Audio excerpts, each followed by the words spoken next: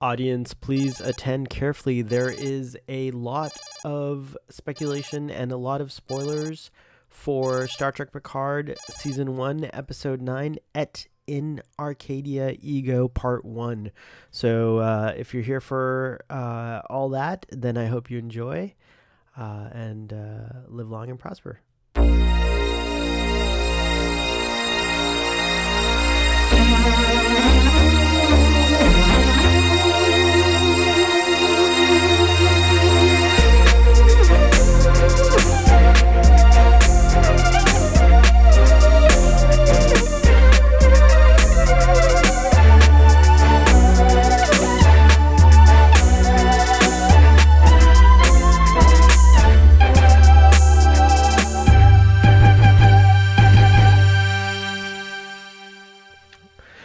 And we're back on another exciting episode of Starfleet where we have a casual and informal conversation about Star Trek. Today we're focused on Star Trek Picard's penultimate episode, Et... What is it? Et... No idea. Et in Arcadia Ego. Et tu, Brute. I don't know. Something like that. Et tu, Brute. Do you have to take another call, Doctor? The doctor is very in demand. No, I know. It's like we're quarantined from work, and I have asked him. I said, if you need me to come into work, I will come into work. It's not a problem. But what I don't want is to be at home, and you're constantly calling. I'd rather go into work. Wow. But the bosses don't know what they're doing. But go ahead, continue. We're gonna have to cut that out, right? Don't the bosses? No, watch we it? don't. Oh, we don't have to cut. Okay, it's just one boss. Don't worry about it. It's just one boss. It's one admiral. It's an admiral. It's just one. Yeah. The others know what they're doing, but, and they know that they know what they're doing. It must be Admiral Clancy. Does this admiral swear a lot? No, I'm just kidding. That scene, I hated that scene. But go ahead. All right, so you've seen 2 episodes back to back today. I've seen 2 episodes back to back, unfortunately. Yeah. I talked to the Empress. It was a lot. The it was a lot to take in. Today the show should have ended with Nepenthe or whatever. Nepenthe. I would have loved it if that had been the ending. Picard and Soji could have gone off. It would have been open ended, but you would have been left with that wonderful feeling of the Nexus. Okay, I have a lot of questions, but let's give a quick summary of what's going on. So we finally get to the elusive homeworld of Soji, the synth planet. We discovered that Dr. Soong had a son. And what's his name? I can't. Anvil? I wanted to. I actually. I've only seen it once. It's Anvil, right? No, I think it's Anvil, right? Let's look it Adler? up. I bet it's online already. Hold on. I think it's Anvil. Like, you work on an anvil. Let's see. I bet it's all. Memory Alpha probably already. Oh yeah, of course. Yeah. Already has it on there. Let's see. While you're looking that up, I think it's very appropriate that they found this way to bring back Brent Spiner. I do too. I love that aspect of it. And we have the full Brent Spiner in the. Finally, we get. Yeah, I agree. Finally, we get Brent Spiner, sans makeup, sans and he's performing great. A lot of stuff. He's a great actor. He's a great actor. Yeah. Brent Spiner, shout out to you. I hope you see this somehow in your isolation journeys as you're looking for stuff to do. Starfleet Boy has had a spike, by the way, of views on our older videos. So that's a plus considering all the hardships that are going on. I can't find his name, but anyways, we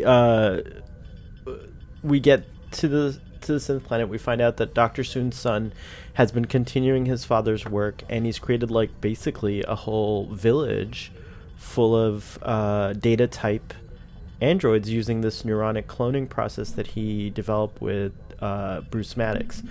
And so there's a bunch of twin androids, and they're all very interesting and different. It's almost like looking at an artist creating something. I am glad they chose to do Dr. Soong's son instead of a Dr. Soong's son is hard to say, by the way. Just Say that 3 times real fast. Dr. Soong Sung. Soong Sun. Son of Soong. Oh, son of Soong. Son of Soong. I like that. Okay. The son of Soong has been very busy creating these. They're all his children, and we get a scene later on where we see that. But anyways, they're all different kinds of androids there. It's like a little utopia of androids. And most of them are very familiar to what we expect Soong type android to look like. They have the gold colored type skin, the kind of like metallic skin with the yellow eyes and everything like that. So Soji's very unique. She was built to be sent out on this reconnaissance mission.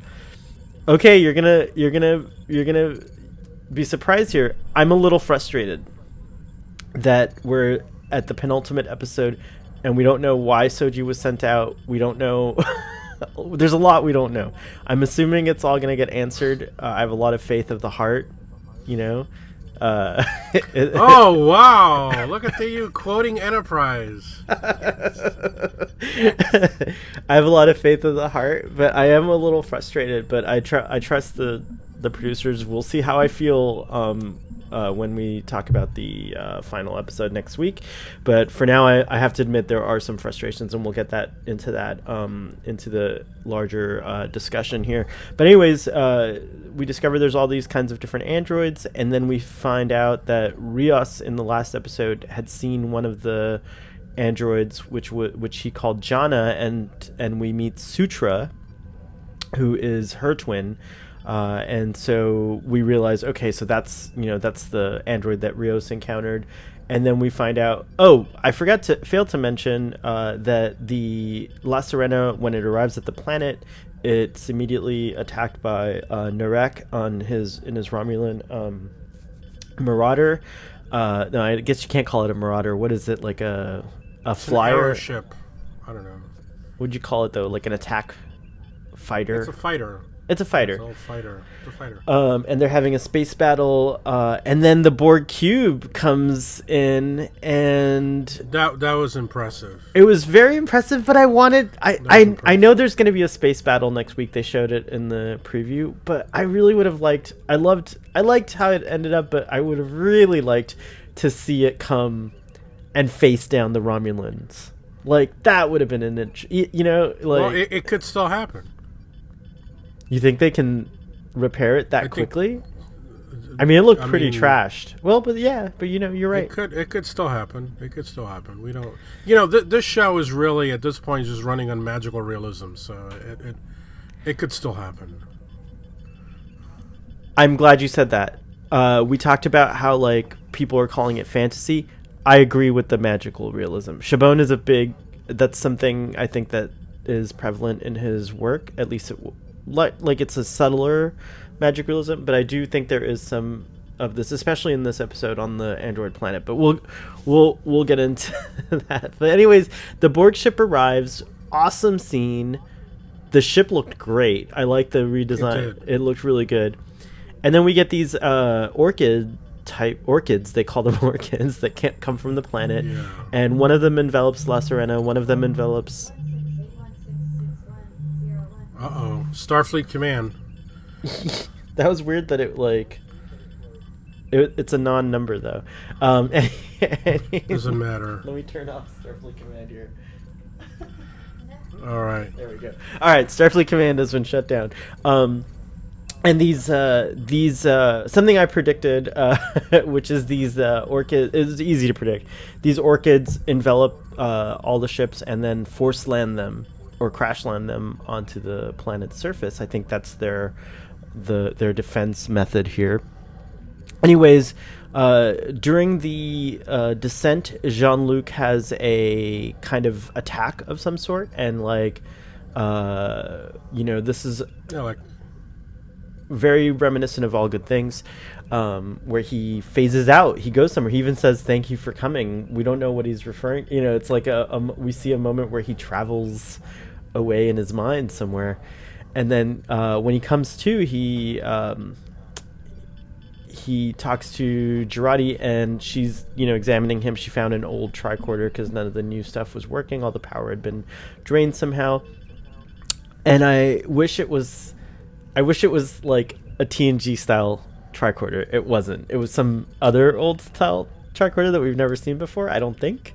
It might have been from the film era. I have to look at it a little closer. Yeah, might have been. It might have been from the film era.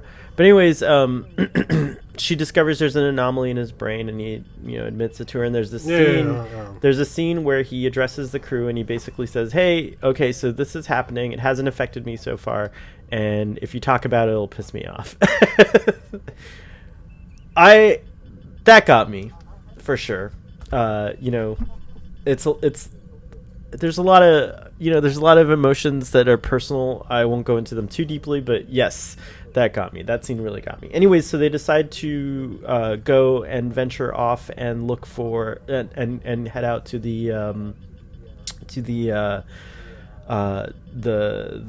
site where Soji says her home is, where she was born. And when they step out of the La Sirena, they see the smoke coming up from the Borg cube on the ground. Impressive, cool special effect. And at first they decide they're going to split up, but then Soji's like, no. Eleanor, they all help me. We got to go. Eleanor and Hugh, they still think they're alive, and so they're like, we got to go. They get to the Borg ship. Awesome, crash landed scene. Reminded me a lot of Stargate, actually. I don't know if you felt those Stargate vibes here with the desert and like the kind of technology and like the wreckage and all that stuff. And in fact, the XBs kind of remind me of the former what Teal'c is. What is he? I know what you're talking about, but what are they? I don't remember. I can't remember. I don't remember what they are. But anyways, the XBs are hard at work restoring the ship, and we find out that Hugh died, and just kind of like understated. I wish there was a little more, but Picard does say something nice about him in that scene. We see that Eleanor's still alive. There's a nice little reunion. 7 of 9 being the boss. Can I just interrupt? What's with the hugging? What do you mean? He's very huggy. He's very huggy. I think people are understand. Who, Eleanor? Yeah, Legolas. Yeah, he's very huggy. He hugs 7 of 9. He doesn't even know 7 of 9. I don't know why he hugs. He's people. just so scared. The way I attribute it is that this is beyond anything he's ever. That's a little much. I love it. I love Elmer. I'm not gonna pretend to not love him. Yeah, I'm not. I want Elnor hugs all day long. But anyways, good observation. So Elnor is all huggy. He's also very sad when he hears that JeanLuc has a what was that? Weird. It was Elnor.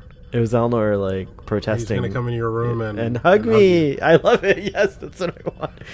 So then they finally get to the village, and that's when we see the first of the Soon type androids and everything I was talking about.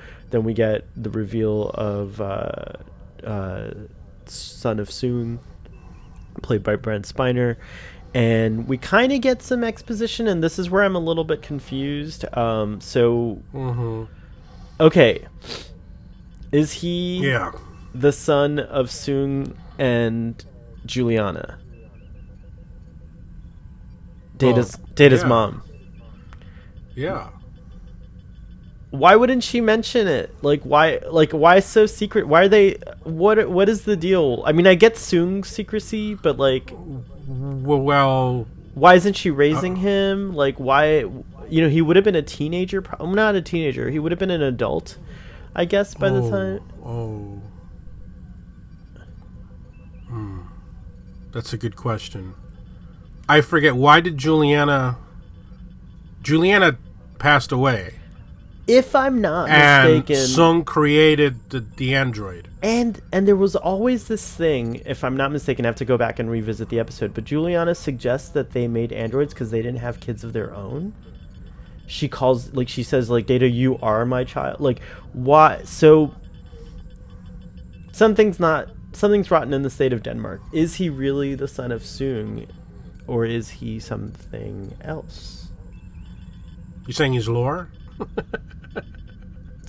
I don't know. No. I mean, I don't know. I don't think it's going to be that crazy.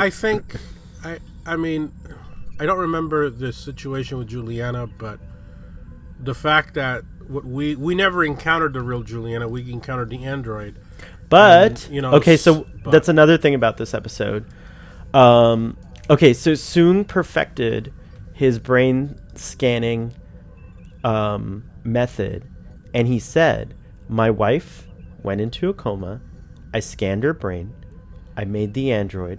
My wife died. When the android woke up, everything was there. She didn't even know she was an android. She thought that she was the real Juliana.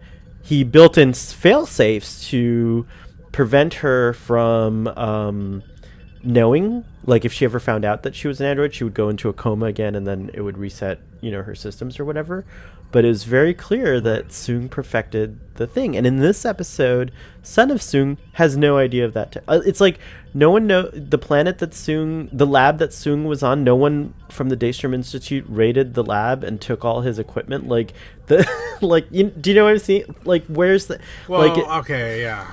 Okay, well, yeah, Soong... You see, I know a little too much. I know a little too much. I have a lot of questions. That's the I'm happy. I like I like that this subverted my expectations. I did not expect Son of Soong. I did not expect the androids to be this, close to Soong type data androids. But there's just so many more questions that come with it, and we only have one episode left. I'm a little nervous. Anyways. No, we don't have one episode left. We have a whole other season.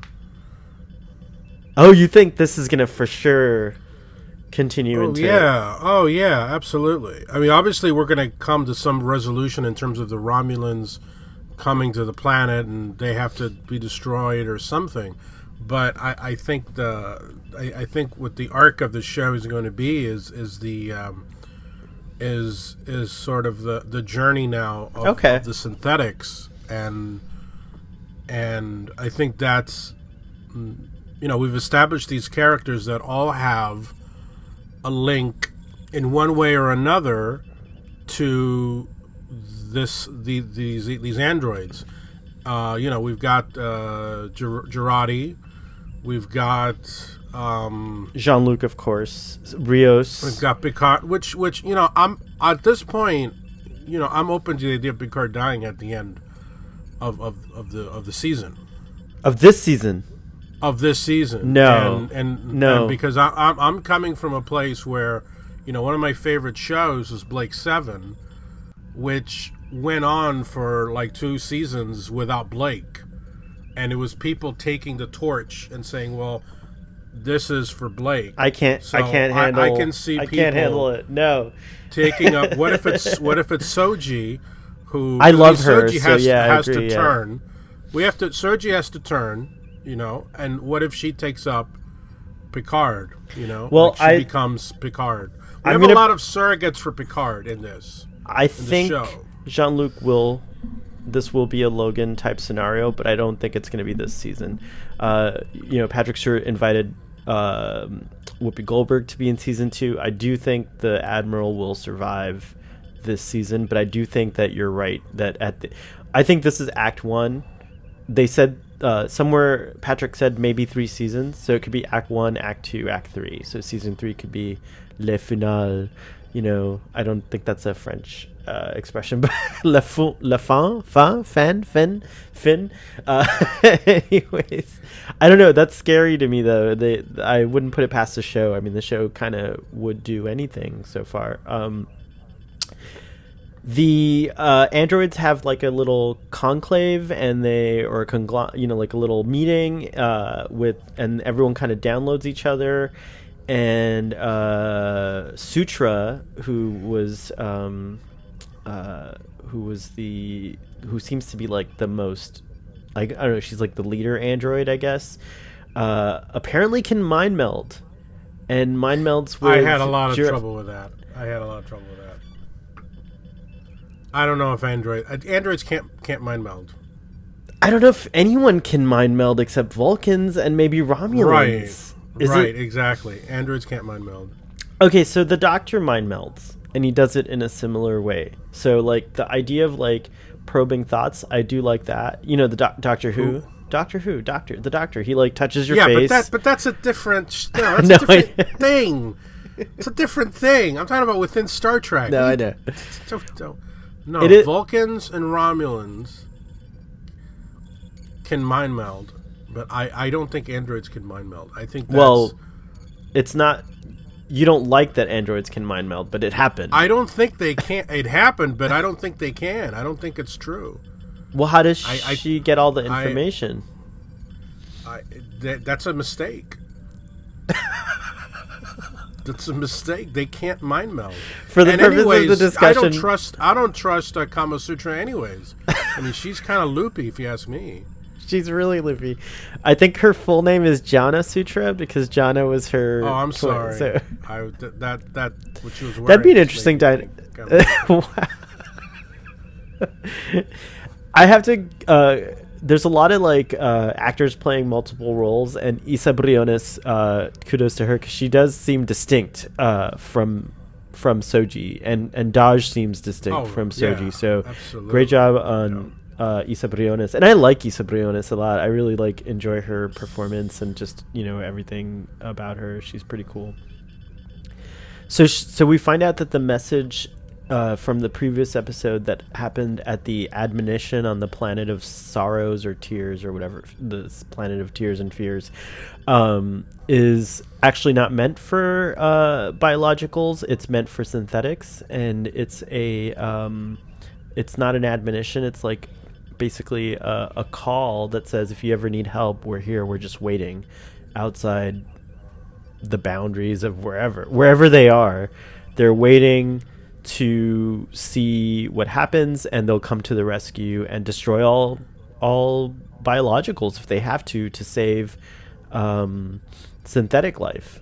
So there's that happening, and then so now there's a conundrum amongst the villagers where do they trust JeanLuc, who's saying the Federation will protect you, I promise they'll listen to me, or do they trust Soong, who's they didn't listen to you last time, why would they listen to you now? Well, it's not really Soong, it's more Sutra.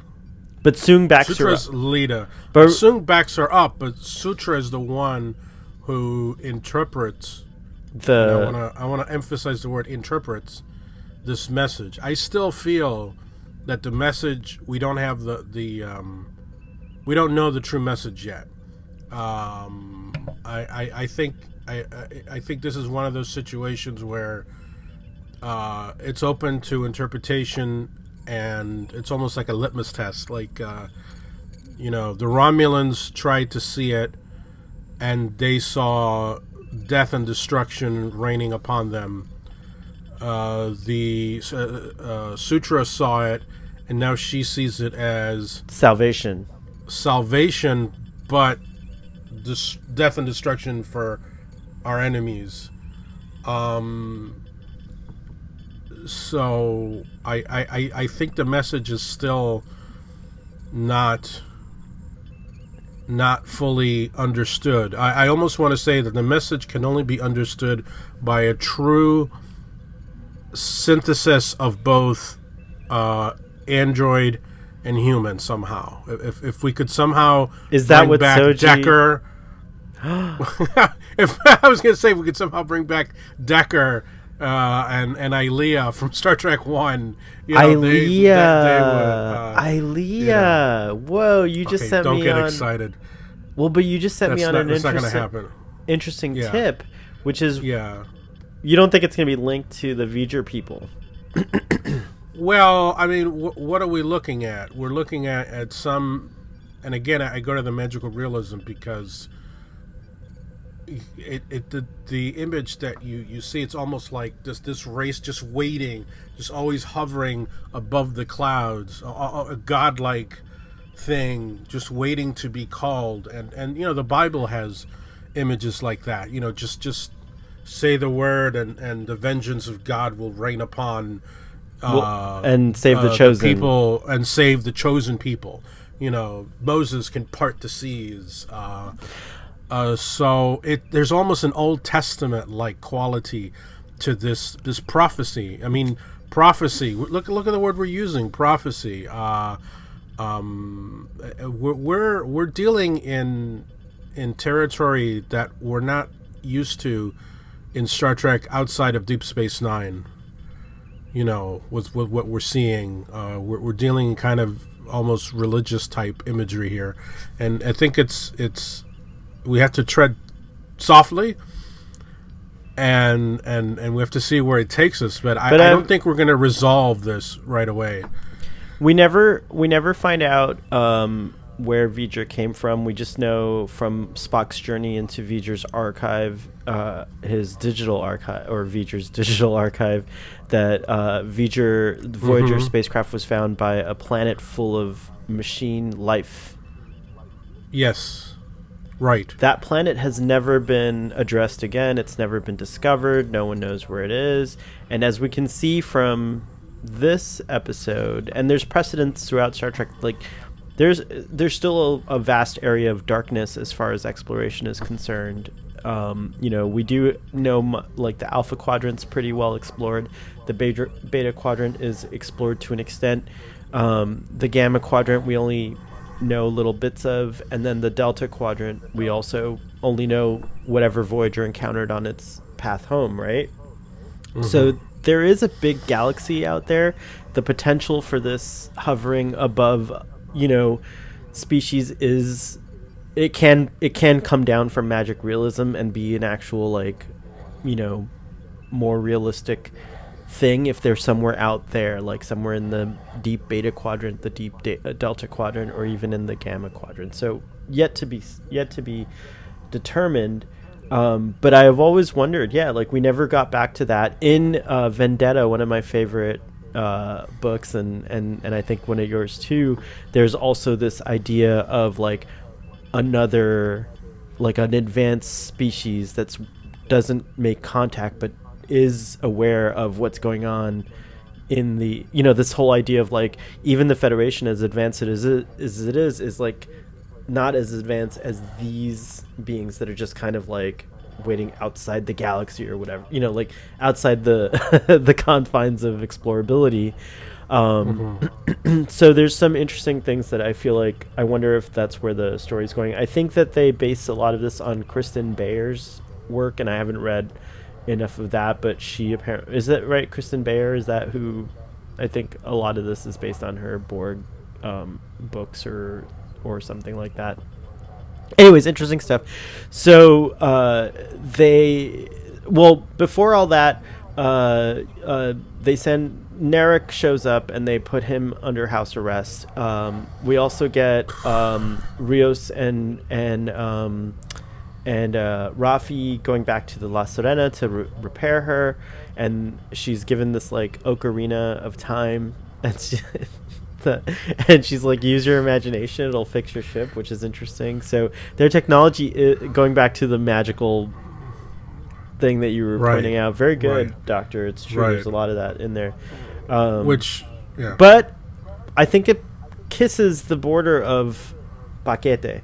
Our audience doesn't know what yes. Yeah. But absolutely. Our audience doesn't know what it meant. It's like hovering. I don't think it hasn't lost it for me yet. I don't know how you feel, but like I do think that like technology can seem magical when it's, I like that quote, is that when there's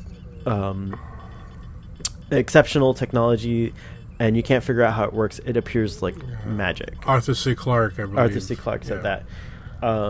So yeah, I do think that that's plausible, and there's room for that in Star Trek. But anyways, so they go off. There's a touching moment with Rafi and JeanLuc that I really liked, and I think Patrick Stewart played that really well, like that uncomfortable, like I can't believe this is happening right now, like, but then he gives in and he realizes like maybe I should just say it, and he says I love you too, and it got me. Rafi, Michelle Hurd, her reaction to it was great. Anyways, going back to the pivotal moment here, we know the Romulans are coming. Long range scanners say they're about. They determined 218, right? 220 something. Or 20 something ships, and she's like, "Oh, we just have to worry about the first 109." but apparently, like an armada, it's not. It's an armada that's coming. This way. So yeah, I have issues. I have real deep issues with that. Okay, up until now, the whatever Romulan plot was going on was being instigated by this sub cabal within the Tal Shiar. So it's something real deep in the Tal Shiar. Not even, this is not a well-known thing. This is real deep cover stuff. And now, like that, we're going to what I think armada. What I think it parallels, but it's not done as well, is definitely the rule of two. Like it seems like this cabal, the Zhat Vash, is a limited group of people that are influencing the larger state, if you will. So it's like how Palpatine by himself was able to, I am the Senate. Okay, but, like that was not the impression I ever got. No, I'm saying it wasn't. I don't think it was done well. That's just my Trek explanation. Does it bother you too? What bothers me about it bothers. I think that we didn't need a Zhat Vash. I think it could have just been the Tal Shiar the whole time. Do you know what I mean? Well, no, because then we have to say, well, how come the Tal Shiar never? Okay. Let me just say, my main problem with the show is that as it's gone on and we get this ongoing vendetta against android life, it's really difficult to fit this into all of Star Trek canon. The only thing that saves it is that it's a very hidden thing that only rears his head every once in a while, because the Tal Shiar, this is not the main business of the Tal Shiar. This is kind of like they're kind of like the kooky offshoot that people talk about in hushed whispers, and doesn't really rear its head unless they somehow manage to. But it's not a very active thing, because really, all the years of Next Generation, they never went after Data. They never went after lore. They never went after other android life that we saw on the show. Why, to me, the reason I can accept that is because they couldn't mobilize because there's so few of them. And let's face it, they're nuts. But now, all of a sudden, these nutcases have a whole armada. I'm like, I don't understand this. Yeah, the show doesn't do a good job of showing that in the 14 years after they successfully pulled off Mars, because a few nutters also pulled off 9/11, right? But so exactly. In the years since, though, it doesn't successfully show that the Zhat Vash has gotten control of the Tal Shiar, except for we have to infer it. It's true. You're right. That definitely is a question as well. And yeah, like, what are they telling the Romulan Tal Shiar? Like, what are they saying? Like, we need to mobilize 219 ships to go destroy the synthetic life form planet. They're going to be like, why? Like, what are they doing to us? Why? So, yeah, we don't even have a home world. We don't even have a home world. That's true. So, did you notice something? Kudos to the show. And I saw this on, I forget his Twitter account, but it's this guy who just finds all the details. He's really great at this. But the Romulan, the Warbird, the logo, their thing no longer is holding two planets in the claws. Oh no, I didn't notice that. Yeah, it's just because they've lost their homeworld. They've lost their homeworld, so the two planets are no longer in the claws, which is a nice touch. I think that was a nice touch. That's interesting. Yeah, that's cool. It is pretty cool. That's cool. I can see that. Yeah, I can see that's pretty cool.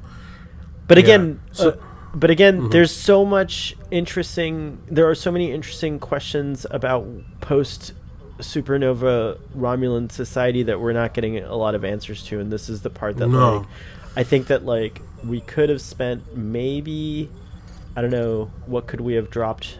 We could have dropped a lot. We could have I'm very serious. There's a lot of stuff that we could have dropped. The whole I don't know if you want to just go backwards and start we forward. can do, because we're on the penultimate. This is the penultimate you know what? discussion. The episode, a lot of the backstory of Rafi, I think we could have dropped. I mean, for or it could have been done, in one shot, one and done. Right? Yeah, I mean, really, for all we learned about her, it at the end of the day, it doesn't really have much impact on the plot.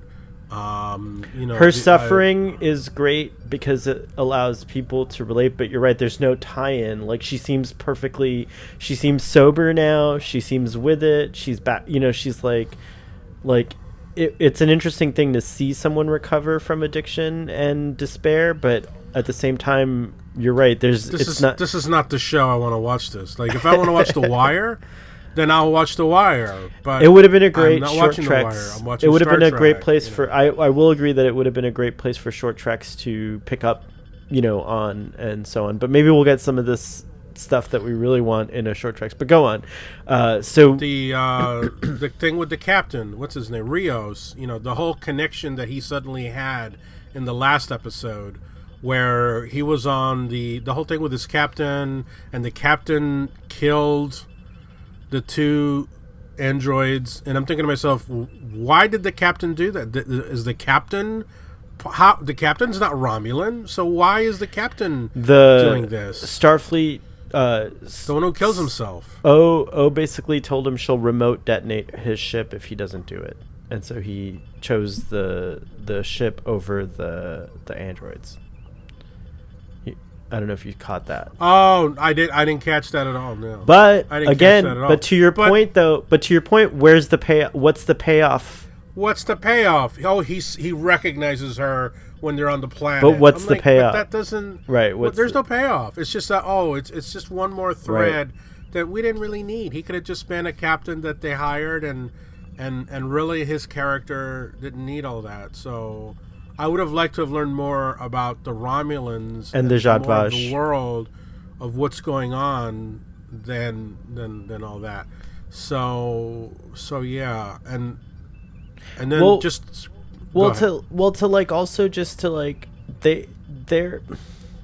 they're looking more like the cartoon Nazis in Indiana Jones, that complaint, than they are a serious people, which is what the Romulans are. I mean, we have TNG is filled with Romulan exposition. There's more Romulans in Deep Space Nine. We're very Romulan. Romulans are very well fleshed out all the way up to Nemesis. Nemesis gives them a really good, kind of intriguing continuation.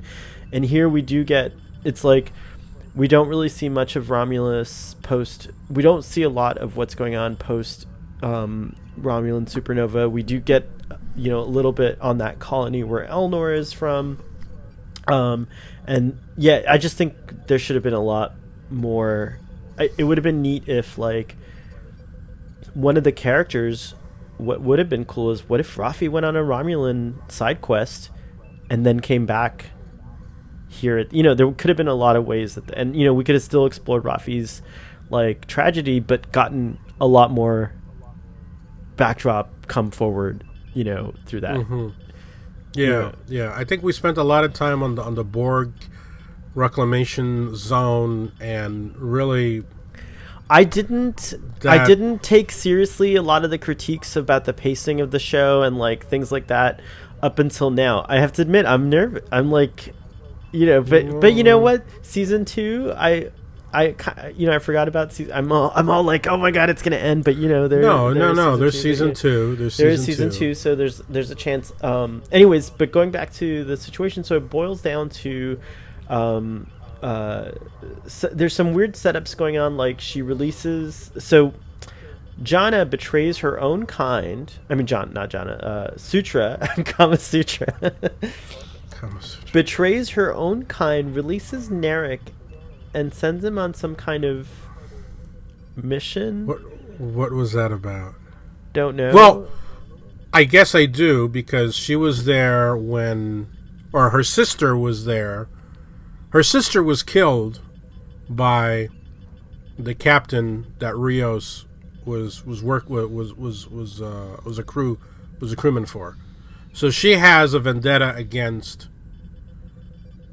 a non-artificial life. Yes. Right? Yes. So, in order to exterminate organic life, this is what she's going to do. Well, yeah, but what's the point of releasing Narek? I'm curious. Like, what's she have in mind for him? She kills her own sister. Like, she kills the cute android who was very innocent. Like, I liked that character, by the way. I forget her name. Oh, because... Butterfly, or was it, like, Mockingbird, or, like, Hummingbird? I think they're all hippies, by the way. All these androids are hippies. They're all... Yeah, they all watch Reading Rainbow in the morning. Yes. They sing Butterflies in the Sky. I can go twice as high. Take a look. It's in a book, and now it's in your eye, and you're dead. Also, how is she killed? How is this android? It's a synthetic life form killed. Okay, she killed the android. She killed the android, so you hate Narek. So she can turn the android, the community against, right? Yeah, I get that. Look at what happened. He was set. He got out. He killed one of us. She doesn't care what Narek does now. She kills her own sister. She kills her own Yes. sister and stabs the sister in the eye with her hummingbird brooch. Her hummingbird right, brooch. Exactly. Right. I thought that the show is like gory as and then what I love is that Son of Sung is like, he's going, and this must be a Blade Runner reference. But her eyes were perfect, the perfect eyes. Yeah, it's true. So it was that was nice. I like that you caught that. Yeah. The eyes. But how could you die? Eyes. So she killed her and then stabbed her in the eye. I get it. Okay, it's okay. I don't know. The trauma of being stabbed in the eye by her own sister killed her. I don't know. This show doesn't make any sense anymore at this point. It's magical realism. We're heading towards some kind of clash of civilizations, and I think, the conversation that Picard and Soji have, her essential question, which is, what is it? Can I kill to save a life? Right. And he says it depends on who's holding the knife. That's a question for his answer is basically there's no answer. Doesn't he say something? Right. There's no answer to that question. It's just, it all depends on who's holding that's up to whoever's holding the knife, really. Right. Is what it is. And she is the person holding the right, exactly. Which sets up nicely that she is going to be the person holding the knife at the end of the day. She is the destroyer. The destroyer. So anyways, they just, in this chaos of and confusion, Picard makes an appeal. For a moment, everyone's like, including myself, was like, yeah, let's do that. And then Sutra, this is like Next Generation. Right, I think it was. They even had nice shots of every, of all the different. This is how Next Generation ends. Watching, but then it goes the other way. It's gonna go somewhere else. Okay, so we talked about, I think, the story pretty well. So what's coming is this Romulan fleet, and then they're gonna build this beacon and summon the synth overlords, and and they're gonna come. You're probably. Breaking up now. Oh, can you hear me now? I didn't hear what you said. Can you hear me now? Just kind of. Oh, I said. Can you hear me? So they said it. It's all set up. Yeah, I can hear you perfectly. Can you hear me now? Yeah, I can hear you. You're frozen, but okay. I can hear you. Yeah. Oh, I can hear you. It'll come back. It's back. Poor connection. Hold on. Let's see what's gonna happen here. Hold on. Hold on 1 second. I hear you. Open. I see you getting up, but you're frozen. All right, I'm back. Should be unfrozen. Yeah, now. you're back. Okay. All right, cool. I opened the door. Apparently, Wi-Fi doesn't travel. Wi-Fi doesn't travel through doors. All right, you're still frozen. Can you hear me now? I can hear you better. But you can hear me. Okay. Yeah. So basically, it's all set up for what's going to happen. Noon. Yeah. Well, I just want to say briefly, my biggest prediction is this, and I think this is going to be the thing that gives us the fan service that we all want, is Picard is trying to reach Starfleet and he can't reach them. Riker knows where the planet is. Now, I don't know who he's going to dispatch. No, Riker might not show up for sure.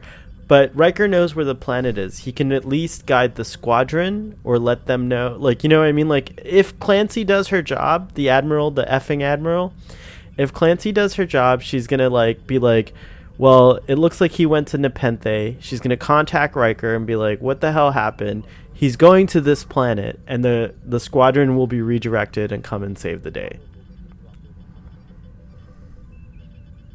I don't know. What about? Oh, she's in the teaser. She's leading some kind of Oh, I didn't see that. Well, no, that was wasn't it Narissa? O is probably going to be. I thought it was. I thought it was. Maybe I'm wrong.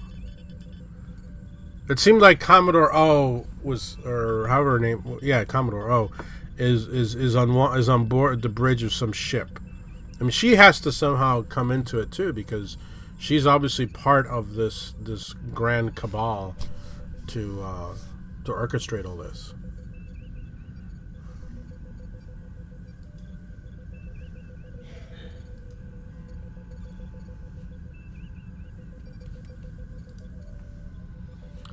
I don't hear you. Oh, okay, there you are. Answering this call will place. There's an incoming call. Oh, what should I do? Okay, let's. The whole world is teleconferencing. Oh, is that what it is? Yeah. Oh, now you're good. All right, I'm going to start the recording again. You kept recording your audio, right? Yes. Yeah, I never stopped. Okay, good. Yeah, so that's it. So I guess we should just go ahead and rate this episode on a scale from 1 to 10. And I will go first, and I'm going to give it a 9. I feel so bad. You're going to give it a 9? Yeah, I'm not going to give it a 10. I've given every episode a 10 so far. Based on what are you giving it a 9? What do you mean, like, you think that's too high? Yeah, I think so. I think so. What is your 9 based on? 100% it's based on 100% it's based your emotions. It's based on my emotions, but also I think concept over execution I liked a lot, and I'm holding out to see. I guess I should really say I want to hold out my rating to see what, because it's part 1 and part 2. I think it should be one body of work, I guess. But yeah, concept over execution, it won out. Execution was poor, so that's why I dinged it and gave it a 9. Did that make sense? Yes. You can still hear me, right? Yeah, totally. Yes. Okay, because on my little screen up here, I no longer move, but I can still hear myself, obviously, and I hear you. Good. Okay, so I'm gonna give this episode. It's a 5. Oh, it's good. Straight down the middle. It's got its good. It's got its bad. It's not. The show has had a lot of things that are just totally nonsensical to me, and this episode doesn't have a greater share than others. I think the show, this episode, I watched it. I enjoyed some of it. I don't think I'll ever watch it again, to be honest with you. I mean, it depends on the ending, but at this point, I'm not really all that. It's not like the episode with Riker and Troy, where I feel like I would revisit that episode in the future just for nostalgia, just to see Riker and Troy one more time, for the feels, as the people say nowadays. But I certainly won't. There's certainly nothing in this episode that would make me come back to it just on my own. I think this is just an average episode of this show, and it's a 5. It's it was. I didn't hate it. I think some of it reminded me of Star Trek Insurrection, which is my least favorite. The whole small village and stuff. I think that really annoyed me. But other than that, you're gone. Well, I had to switch to. No, you're there. I had to switch to audio. Only. Because it's on your side. I have like 100, so it's fine. I missed the whole point of why you gave it a 5, but that's okay. I'll listen to it when we do the recording. We're not going to waste any time. Okay, I'm going to turn my video off. Okay, great. We're audio only, both of us now. Yeah, but we were video for most of it, so that was a success. Does that help? Yeah, it helps a lot. Okay, so 5 finally from you and a 9 from me, which is the first 9 of the series that I've given. Are you there? Hello, Doctor. Oh my gosh, audience, we're so sorry. We have all these. We have a lot of problems here. Hold on, we're gonna try again. Shall we do a live long and prosper? Because I can't hear you anymore.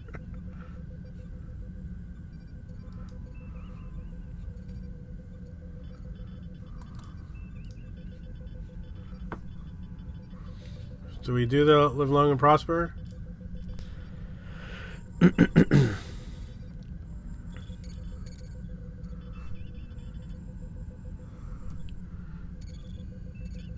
This is great. This is going to be the best finale of any of our episodes ever. All right, folks. Thanks for watching. Don't forget to comment below. Starfleet. Oh, wait, he's coming back. Oh, answering the call. Here we go. We're going to answer the call. Hey, Doctor, we're going to wrap it up. Oh, I see me. What's going on? Oh, it's okay. This doesn't make any sense. We can hear you. That's the most important part. You're still recording your audio, right? Oh, there you are. Can you hear me? Okay. I can hear you, but I can't see you. Doctor, can you hear me? All right, shall we wrap up? Hello. Oh, reconnecting. Poor. Oof. What does that mean?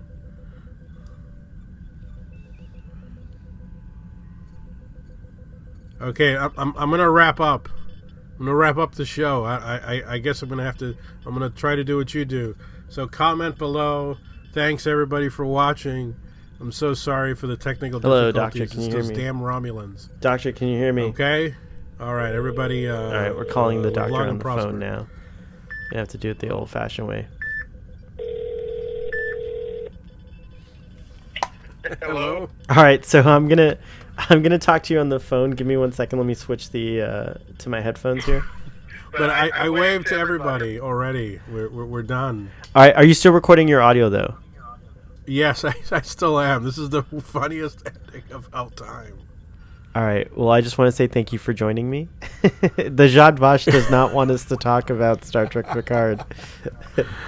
Oh Lord! So the Skype is over, right? The Skype is over, but we're still recording our audio, and I just want to sign off and say thank you for joining me. I appreciate your time, audience. Let us know what you thought of this episode, the penultimate episode of Star Trek Picard, and then we'll have a discussion about the final episode, and then wrap up the season with a seasonal discussion. So thank you again. Live long and prosper. Oh, average score between a 5 and a 9 is what, like a 7? Yeah, it's a 7. It's a 5, sir. It's a 5. It's a 7. Whatever. It's a 7 between the two of us. All right, Doctor, thank you for joining me. Have a great day. Everyone who's in isolation, stay strong. It's very important that we do this. And I hope you're enjoying our show in the meantime. All right, goodbye. All right, you can stop the recording now.